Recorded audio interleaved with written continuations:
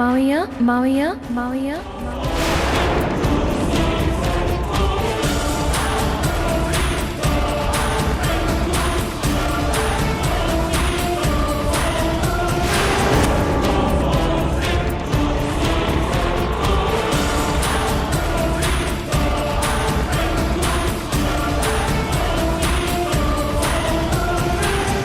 ఎవరమ్మా నువ్వు? ఎవరు పడితే వాళ్ళ దగ్గర నుంచి మావయ్య మావయ్య అని వెంట పడుతున్నారు. అమ్మయ్య మావయ్య నన్ను గుర్తుపట్టలేదు. అసలు నేను ఎవరిని? నా కోసం ఎందుకు ఇంతమంది వెంట పడుతున్నారు? మావయ్య మీరేం కంగారు పడద్దు. మీకేమీ గుర్తులేదు, కానీ నేను మీకు కావాల్సిన దాన్ని మిమ్మల్ని సేవ్ చేయడానికి ఇక్కడికి వచ్చాను.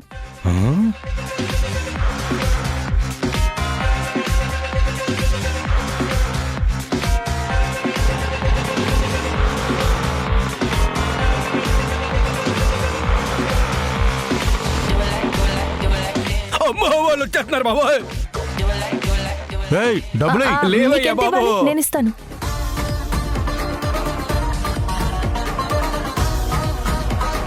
ఇదిగోండి. వాళ్ళు వచ్చేస్తారు బాబోయ్.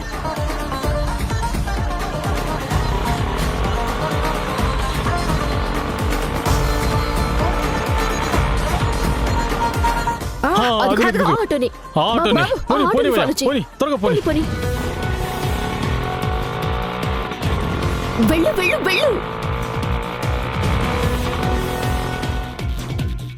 అమ్మయ్యా, టైంకి దేవతలా వచ్చి నన్ను కాపాడావు. అసలు ఎవరు తల్లి నువ్వు? అసలు మనుషులు ఎవరు? ఎందుకు నా వెంట పడుతున్నారు? చూడడానికి రాక్షసుల్లో ఉన్నారు. వాళ్ళు మీ దగ్గర అప్పు తీసుకున్న వాళ్ళు మావయ్య. మిమ్మల్ని చంపేసి మీ ఆస్తి కొట్టేయాలని చూస్తున్నారు. అవునా? వాళ్ళ మొక్కలు చూస్తే నా అనుమానం వచ్చింది. దొంగ కూలి పట్టి మొక్కలు వాళ్ళని. అవును అవును. నాతో పాటు నువ్వెందుకు దాక్కున్నావు?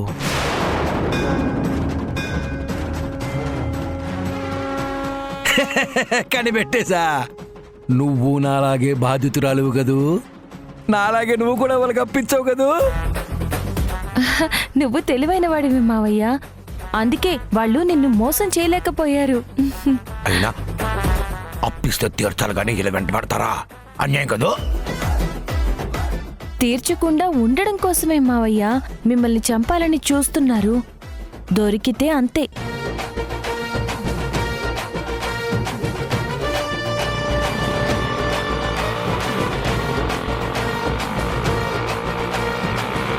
నువ్వు చెప్పేవని నిజాలని నేను ఎలా నమ్మాలి? అది మావయ్య, అది నేను నిన్ను నమ్ముతా. ఎందుకంటే నువ్వు వాళ్ళ నుండి నేను రక్షించావు. ఆటో కూడా డబ్బులు ఇచ్చావు కదా. నువ్వు నాకు కావాల్సిందనివే. నువ్వు మళ్ళీ కరెక్ట్గా చెప్పావు మావయ్య. నేను నీకు కావాల్సిన దాన్ని. నీకు గతం మాత్రమే గుర్తులేదు అంతే. నీ తెలివితేటలు అలాగే ఉన్నాయి.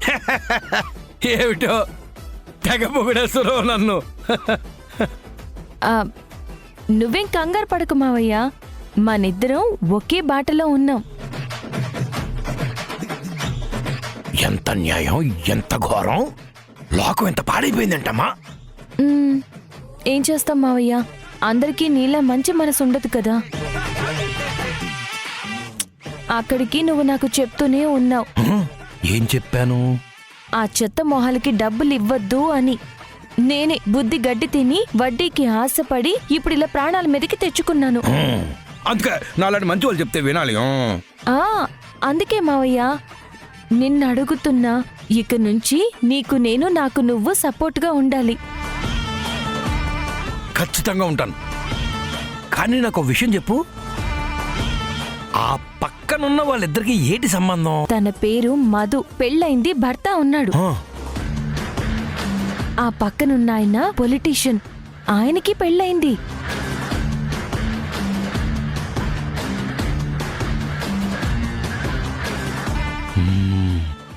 నాకు అర్థమైపోయింది. నాకంతా తెలిసిపోయింది. ఆ మధుకి తన మొగుడంటే ఇష్టం లేదు. ఆ పొలిటీషియన్ గడికి వాడి పెళ్ళామంటే ఇష్టం లేదు.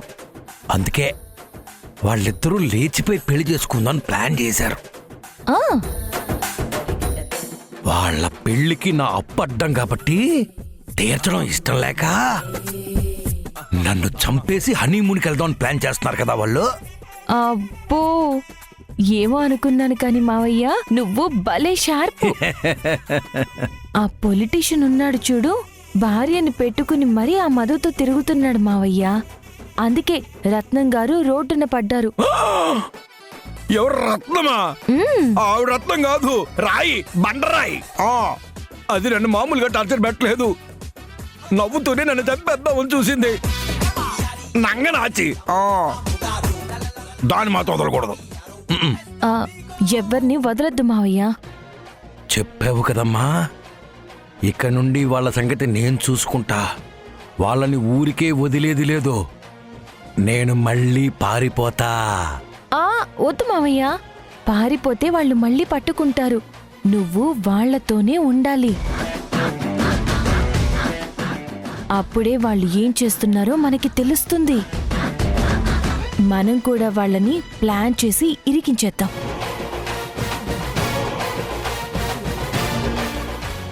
ఏమనుకున్నాను, నువ్వు కూడా ఇంటెలిజెంట్వే. అలాగేనమ్మా, నువ్వు చెప్పినట్టు చేద్దాం. థ్యాంక్స్ కోతి మావయ్య, థ్యాంక్స్ కోతి మావయ్య, థ్యాంక్స్ కోతి మావయ్య, థ్యాంక్స్ కోతి మావయ్య, థ్యాంక్స్ కోతి మావయ్య. కోతి మావయ్య,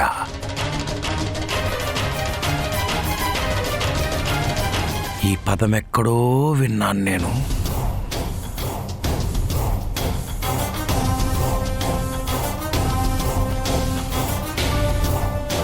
నన్నెందుకు అలా పిలిచావు? నా పేరు మారుతీరావు కదా.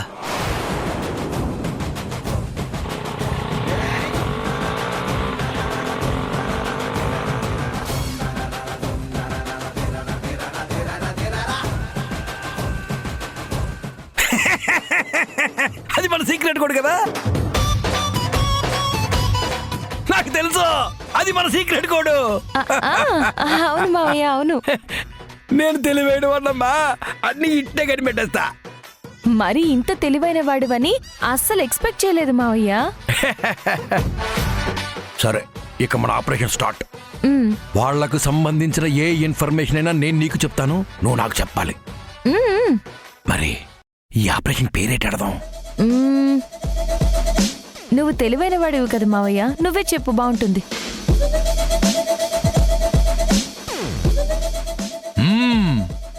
మిషన్ కోతి మామా.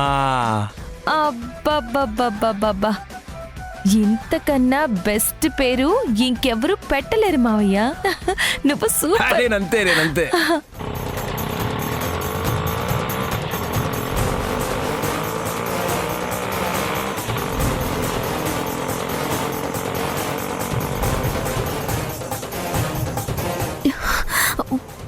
మా మావయ్య ఏడి? ఆయన అక్కడే దిగేశారు, డబ్బులు కూడా లేవన్నారు, ఏదేదో మాట్లాడారు.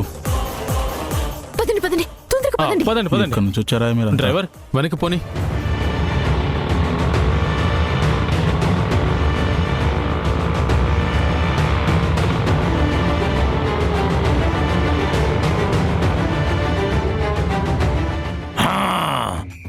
వాళ్ళు వచ్చేస్తున్నారు. ఇప్పుడు నేను దొరికినట్టు యాక్ట్ చేస్తాను, మనం టచ్లో ఉందాం, సరేనా? సరే మావయ్య, సరే. నువ్వు జాగ్రత్త. సరే అంటే అలా. నీ ఫోన్ నెంబరి? ఇంత అమాయకంగా ఉన్నావేటి? అందుకే నిన్ను అందరూ మోసం చేసేస్తున్నారు. నీ ఫోన్ నెంబరి? అవును మావయ్య, సారీ.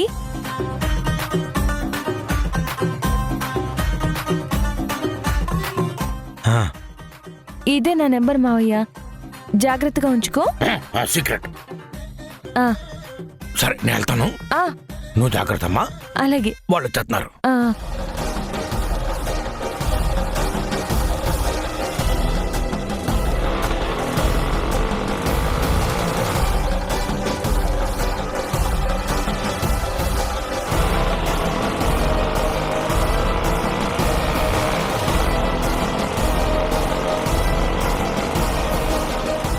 మావయ్య, ఏంటి మావయ్య, ఎందుకిలా పారిపోతున్నావు?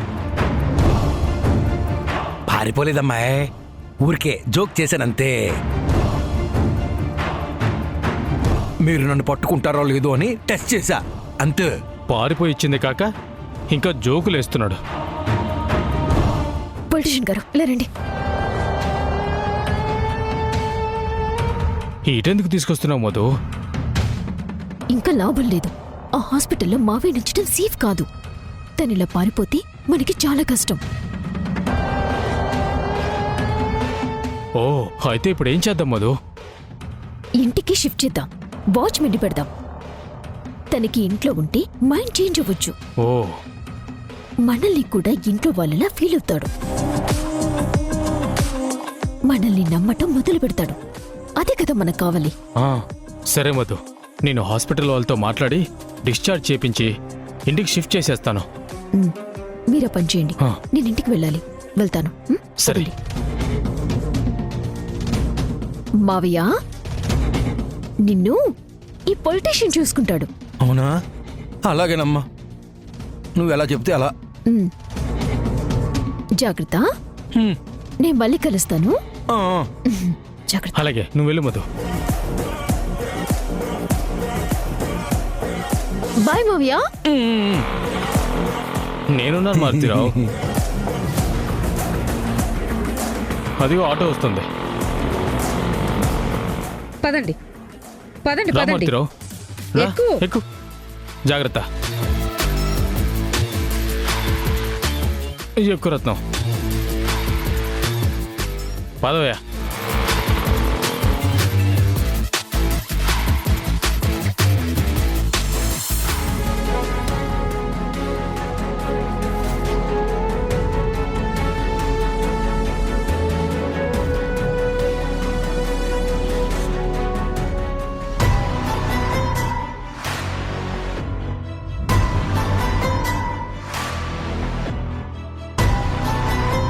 అడ్డంగా దొరికిపోయాను.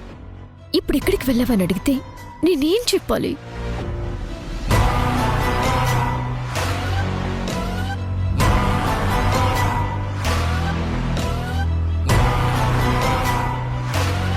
ఆగు ఆగు ఆగు ఆగు.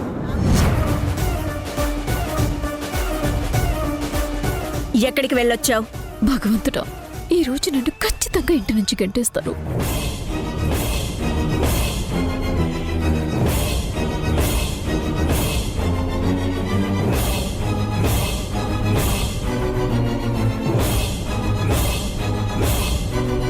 ఎక్కడికి వెళ్ళొస్తుందో?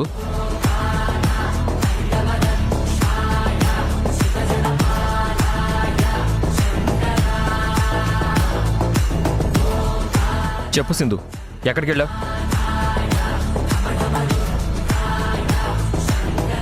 ఈ ట్విస్ట్ నేను ఎక్స్పెక్ట్ చేయలేదు. సింధు ఎందుకు అంత భయపడుతోంది? నాకంటే ఎక్కువగా తను దొరికిపోయిందా ఏంటి? నువ్వు ఆ మారుతీరావు దగ్గరికి వెళ్ళావు కదా?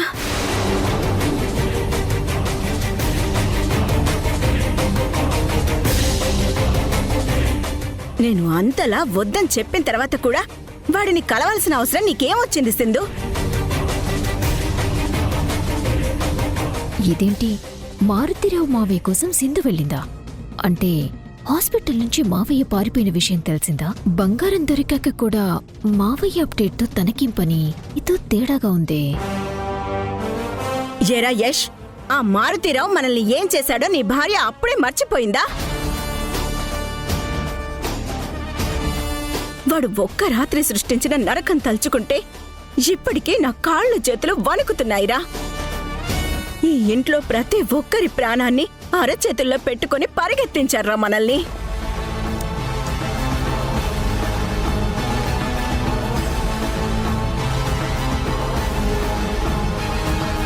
అలాంటి వాడు కోమాలో ఉంటే మనకేంటి, ఎటు పోతే మనకేంట్రా?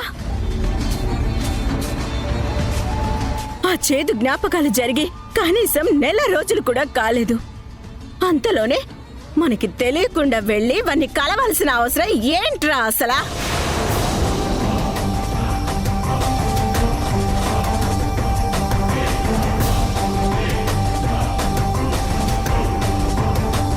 ఎందుకంత రిస్క్ చేస్తుంది? హా? తన మేనత్త కోసమా?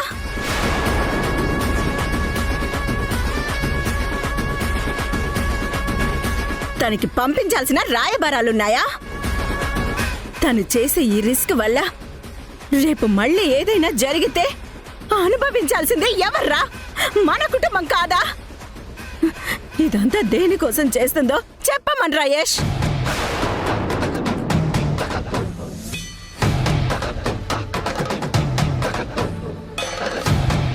ఏంటి సింధు, ఏం చేస్తున్నావు?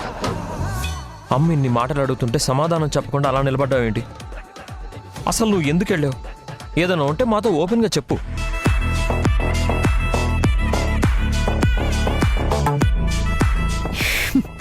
చాలా రోజుల తర్వాత మనకి మంచి అవకాశం దొరికింది.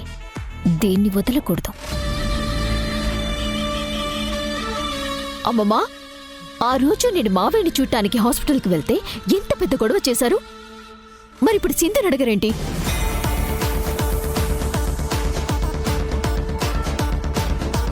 అమ్మమ్మా, అత్తయ్య నన్ను మారుతిరావు మావేణి కలవద్దని నాకు వార్నింగ్ ఇచ్చాక నేను మళ్ళీ హాస్పిటల్కే వెళ్ళలేదు. మరి సింధు ఎందుకు వెళ్ళింది?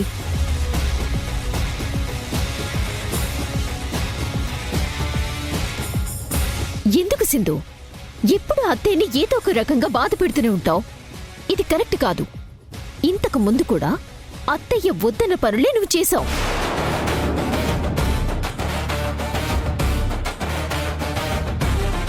అత్తయ్య మంచివారు కాబట్టి నిన్ను క్షమించేశారు సింధు.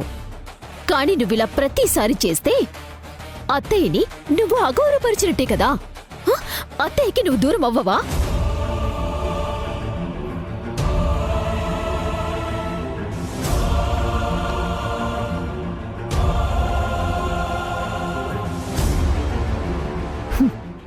సింధు, ఈ ఇంటి పెద్ద కోడలిగా నేను ఎలా ఉండాలో నువ్వు నాకు లెక్చర్లు ఇచ్చే బదులు నువ్వు ఎలా ఉండాలో ముందు నేర్చుకో. నర్మోయ్ నర్మోయ్ నర్మోయ్ నర్మోయ్.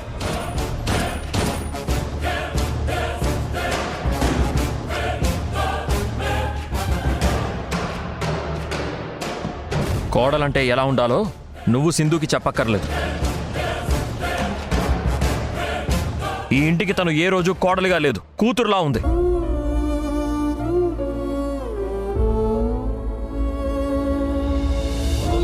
నాకన్నా ఎక్కువగా మా అమ్మ గురించి, నాన్న గురించి తనే ఎక్కువ ఆలోచిస్తుంది. ఈ ఇంటి గౌరవం పెంచేలాగా సింధు ఏ పనైనా చేస్తుంది. కానీ నీలా ఇంటి గౌరవం తగ్గించే పని ఏ రోజు చేయలేదు.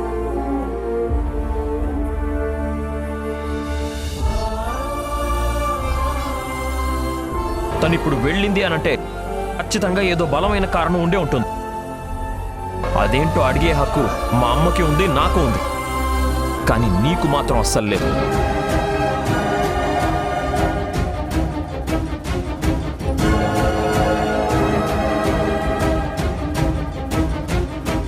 ఏమన్నా? మా అమ్మకి సింధు దూరం అవుతుందా? అది ఎప్పటికీ జరగదు, జరగనివ్వను, జరగనివ్వను, జరగనివ్వను. నువ్వు అనవసరంగా ఎక్కువగా ఊహించుకోకు. అమ్మకి ఇవ్వాల్సిన గౌరవం సింధు ఎప్పుడూ ఇస్తూనే ఉంటుంది. అయితే ఇప్పుడెందుకు ఇవ్వట్లేదురా?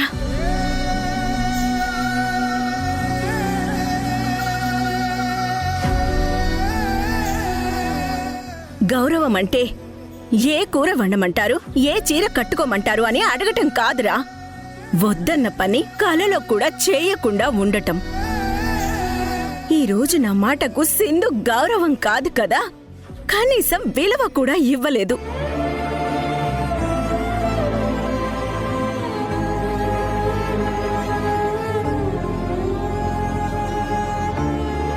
నిన్ను చూసి మధుని నేర్చుకోమంటే ఆ మధుని చూసి నువ్విలా తయారవుతున్నావా?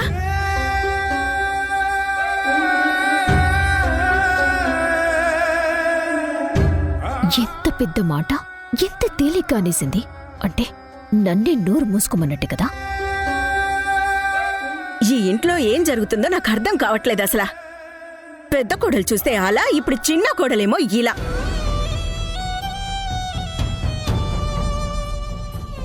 ఇదంతా చంద్రకి తెలిస్తే ఎంత బాధపడతాడు.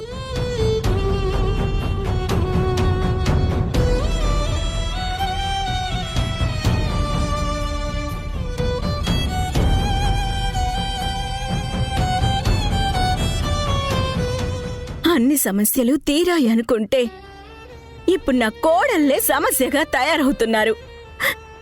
ఇంకెందుకురా నాకు ఈ పెద్దరికం? అత్తయ్య,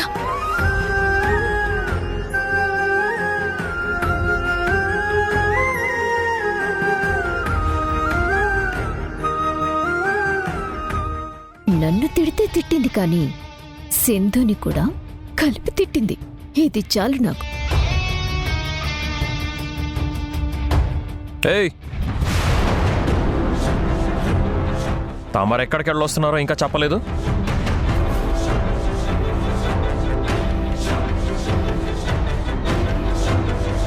అయినా అది నాకు అనవసరం.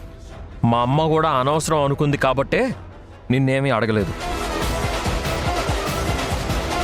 అలా ఎవ్వరికీ ఏ అవసరం లేకుండా నువ్వు పక్కన నోరు మూసుకొని పడుంటే అది నీకే మంచిది. మేము అడగడం మొదలు పెడితే ఈ ఇంటి దరిదాపుల్లో కూడా నువ్వు ఉండలేవు. ఇంకోసారి సింధుని పాయింట్అవుట్ చేయకు.